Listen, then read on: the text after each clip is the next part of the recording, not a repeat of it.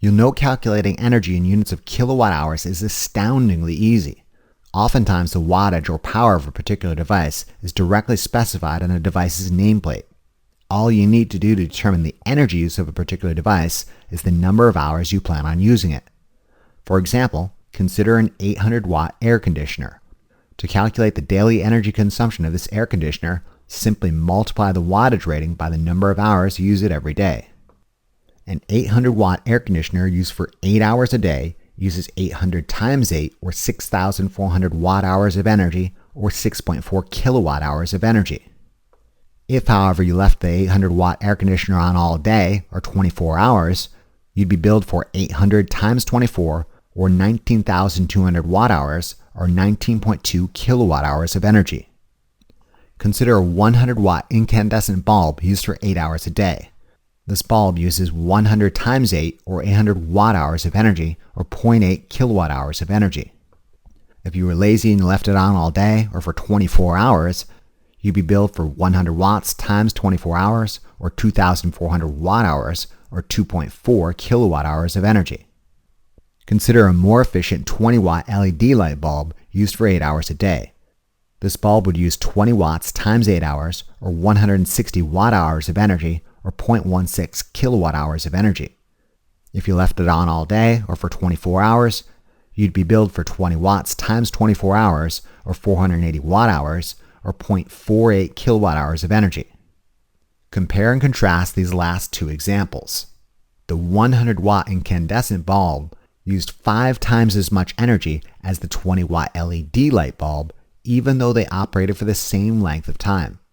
It makes sense.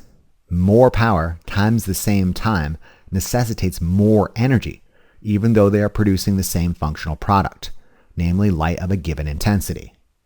Be aware that I am not so naive to suggest that an LED will be sufficient for all tasks requiring light of a certain quality, let's say painting a picture or some alone time with your imaginary girlfriend, but I am confident enough to say that if you simply require light in its most basic form, let's say task lighting in a factory, or to light up your front steps so you don't bust your ass falling down them, you'd be foolish to use an incandescent bulb to do so, principally because of the long-term energy costs.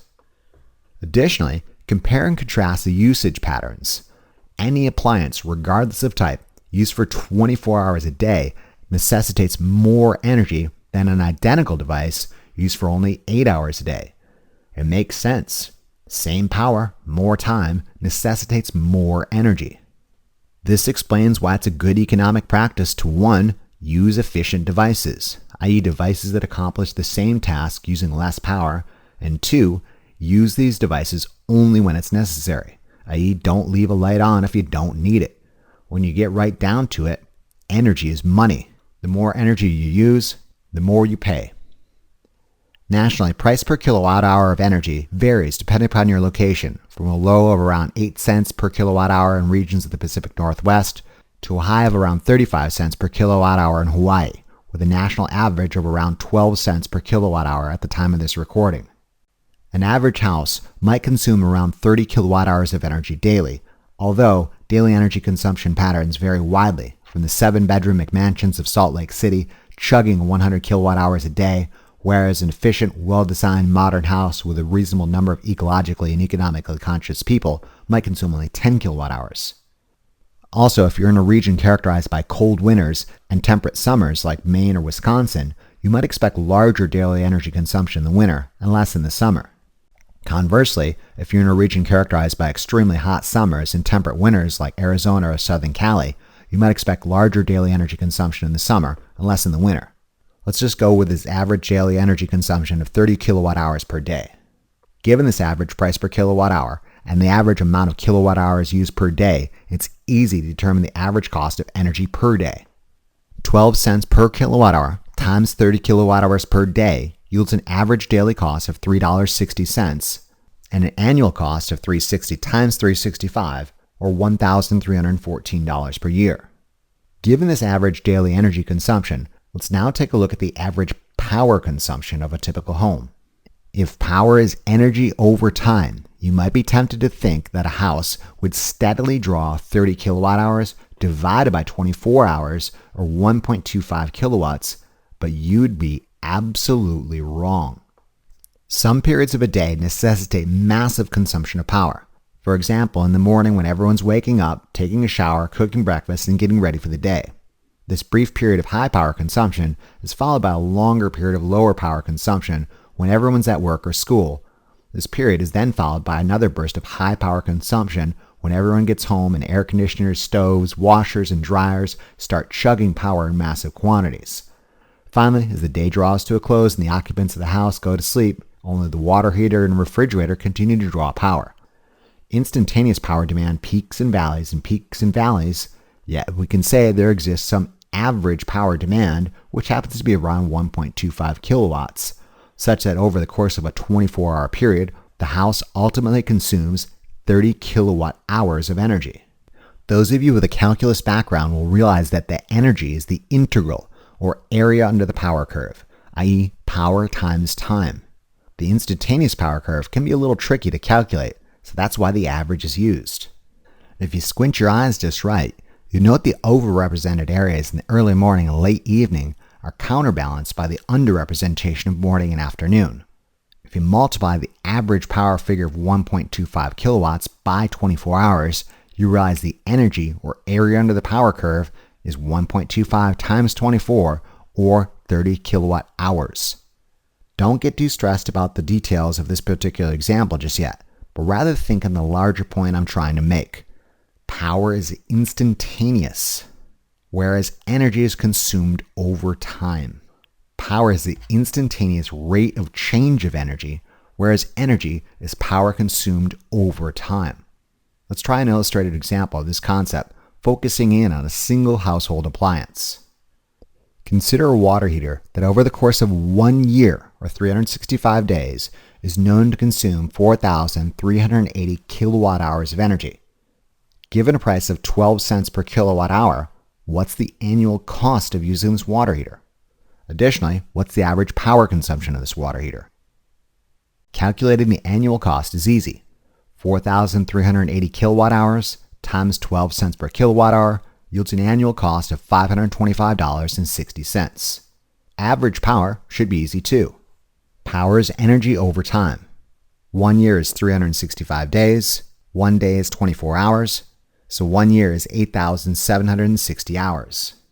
4,380 kilowatt hours over 8,060 hours use a power rating of 0.5 kilowatts, or more appropriately 500 watts.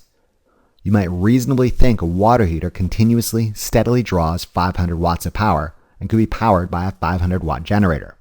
This, however, is an average power figure only and totally misrepresents how an actual water heater works.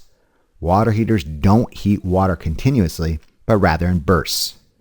As a simplified explanation, if water in the tank falls below a certain low value, the heater is applied at full blast until water in the tank has risen above a certain high value, after which the heater is completely turned off and the tank's insulation and thermal inertia of the water temporarily hold it inside a specified range.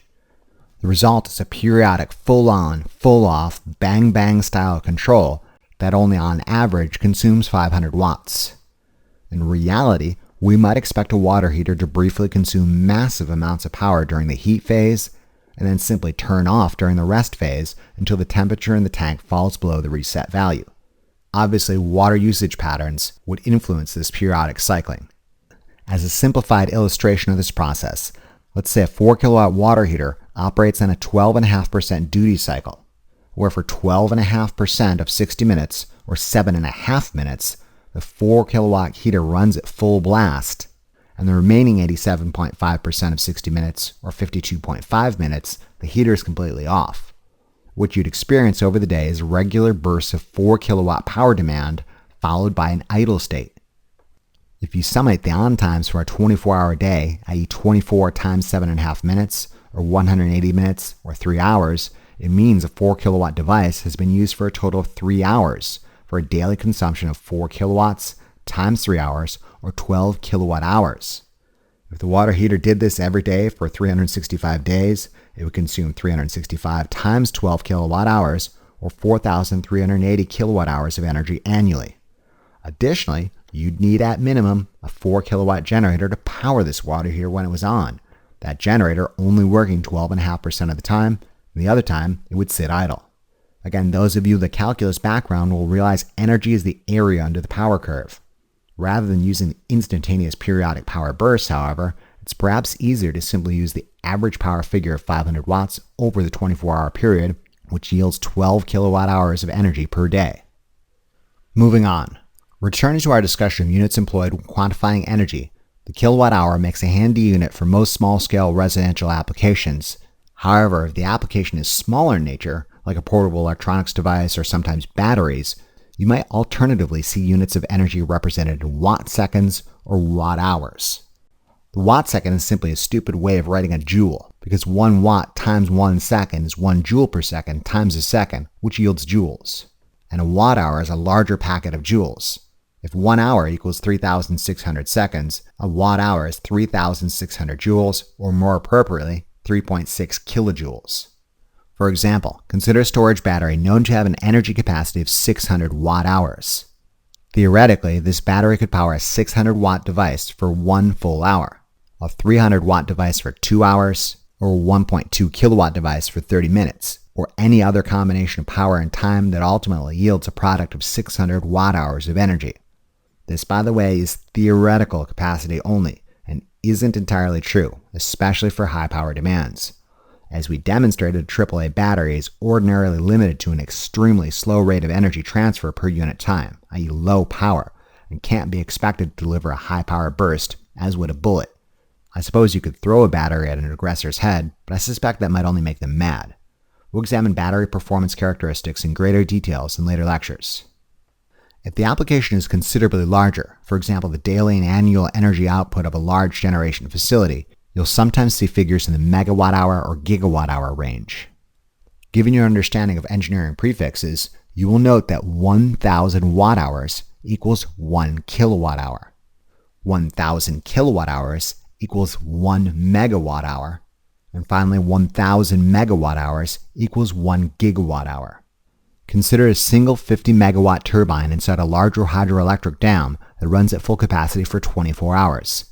How much energy does this turbine produce in one day? Energy is power times time. 50 megawatts times 24 hours yields 1,200 megawatt hours, or more appropriately, 1.2 gigawatt hours. If you wanted to put this in terms of kilowatt hours, this would be equal to 1,200,000 kilowatt hours. Consider a 2 megawatt wind turbine that runs at full capacity for only 8 hours a day. How much energy does it produce? Energy is power times time. 2 megawatts times 8 hours yields 16 megawatt hours, which if you want to put it in terms of kilowatt hours, would equal 16,000 kilowatt hours.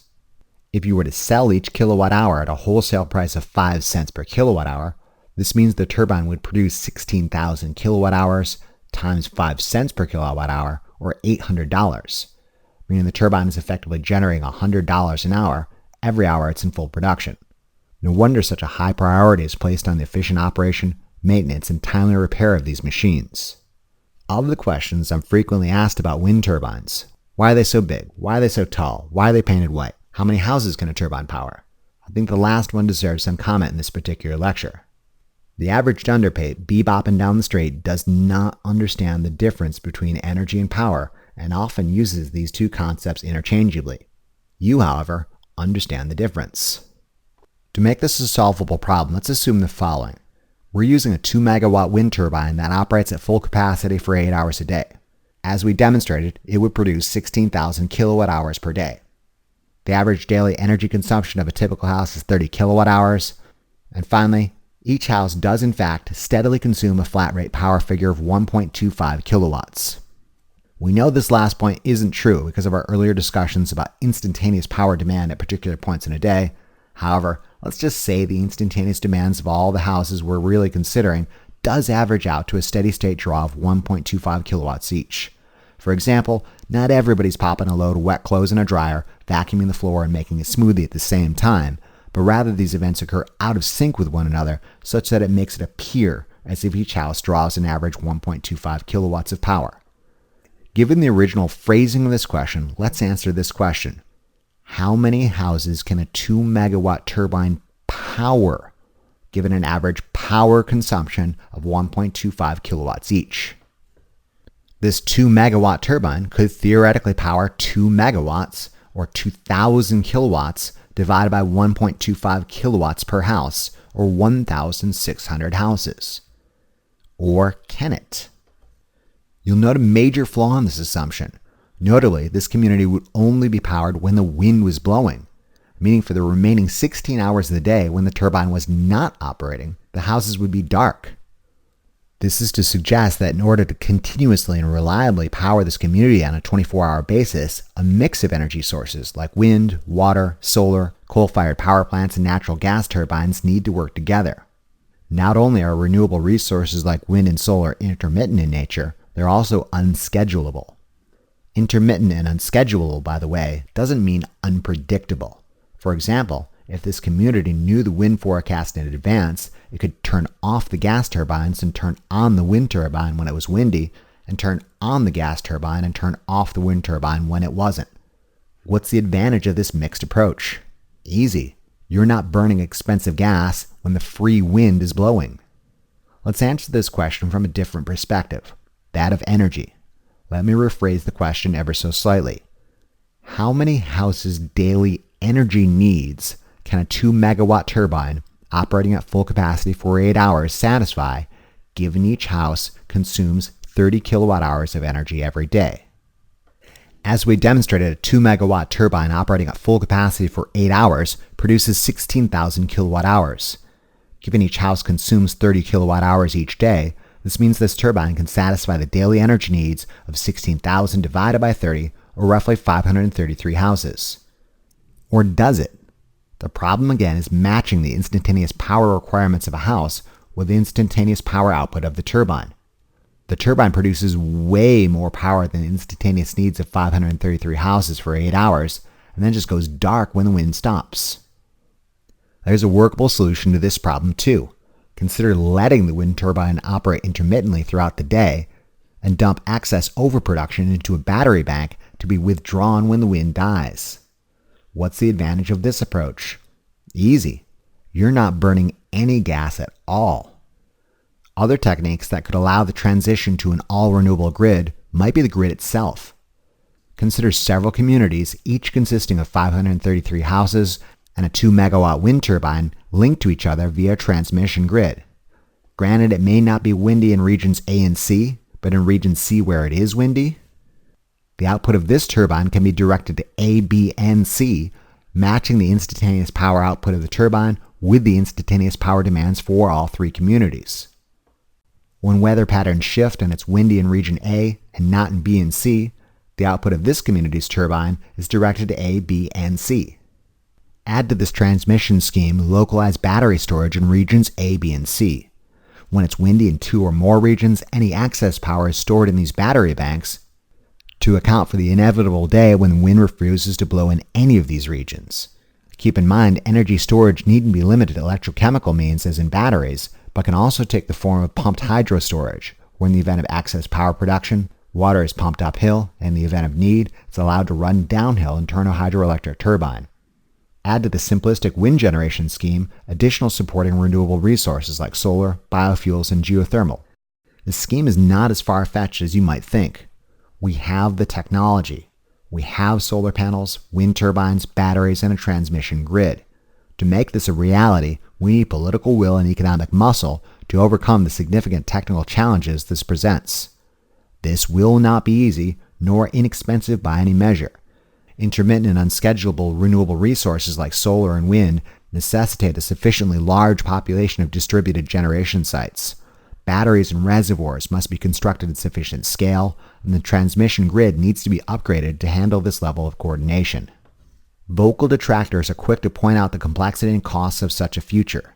Listen, I never said it was going to be cheap and easy. In fact, I'm telling you up front, the switch to renewables will be the most expensive and most complicated leap we've ever made. However, the future of business as usual is horrifying to consider.